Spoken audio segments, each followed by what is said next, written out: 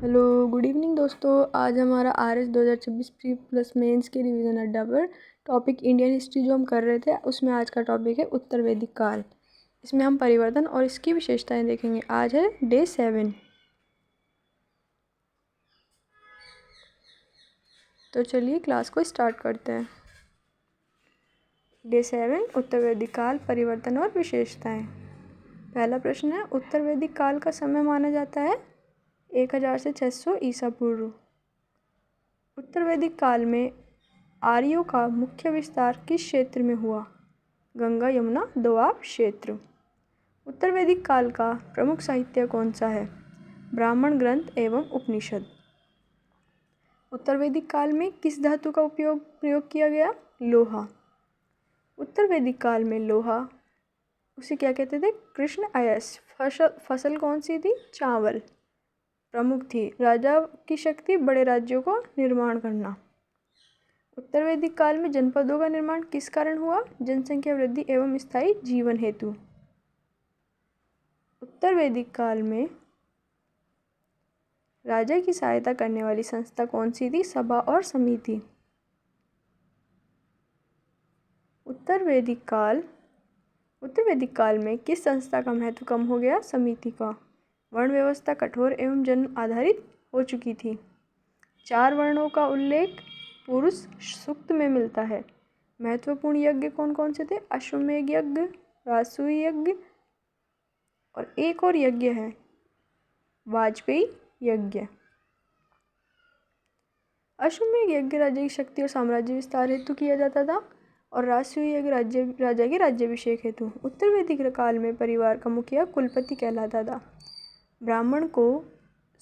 महिलाओं को स्वतंत्रता कम प्रदान की जाती थी। प्रमुख राजनीतिक इकाइयाँ जनपद थी। कर को क्या कहते थे? बलि। पुरोहित वर्ग का महत्व बढ़ गया था। प्रमुख व्यवसाय कृषि। देवता प्रजापति, मुख्य रूप से प्रजापति बन चुका था। शिक्षा का केंद्र गुरुकुल। उपनिषदों का मुख्य विषय था दर्शन एवं आत्मा ब्रह्मा का ज्ञान। उत्तर वैदिक काल में किस क्षेत्र में लोहे के उपयोग में परिवर्तन आया? कृषि एवं युद्ध।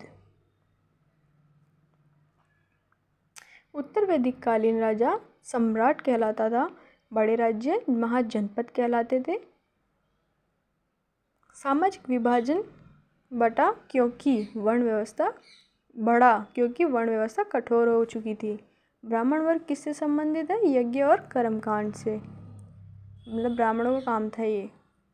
ब्राह्मण वर्ग का वर्चस्व हो चुका था। अगर इनडायरेक्टली बोलूँ तो आरण्यक ग्रंथों का संबंध वन में चिंतन करने से है।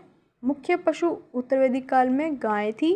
कृषि विकास का कारण लोहे के उपकरण का प्रचुर मात्रा में उपलब्ध होना।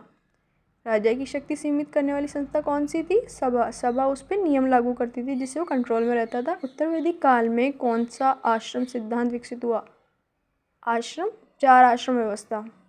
धर्म का आधार कर्मकांड था। कर्म के आधार पर ही धर्म की पालना की जाती थी। प्रमुख ग्रंथ ब्राह्मण, आरण्यक और उपनिषद।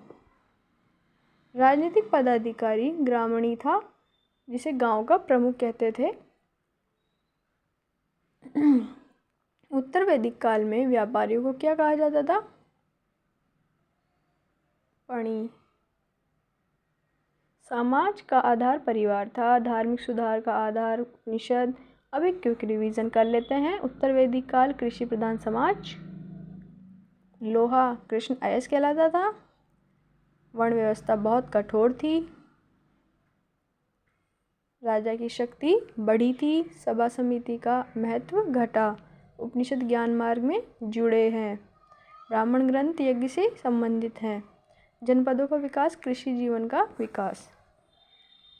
निष्कर्ष, उत्तर वैदिक काल में भारतीय सभ्यता में राजनीतिक केंद्रीकरण, सामाजिक स्त्रीकरण और कृषि आधारित अर्थव्यवस्था की मजबूत नींव रखी। ये हम निष्कर्ष में कह सकते हैं कि उत्तर वैदिक काल में जो ये राजा महाराजाओं का राज, जैसे अब जो हम नेक्स्ट आएंगे, जैसे मगध हुआ, बड़े बड़े महाजनपद जैसे विराटनगर साम्राज्य, तक्षशिला, इनके बारे में, तो अब यहाँ से उसकी शुरुआत हो जाती है।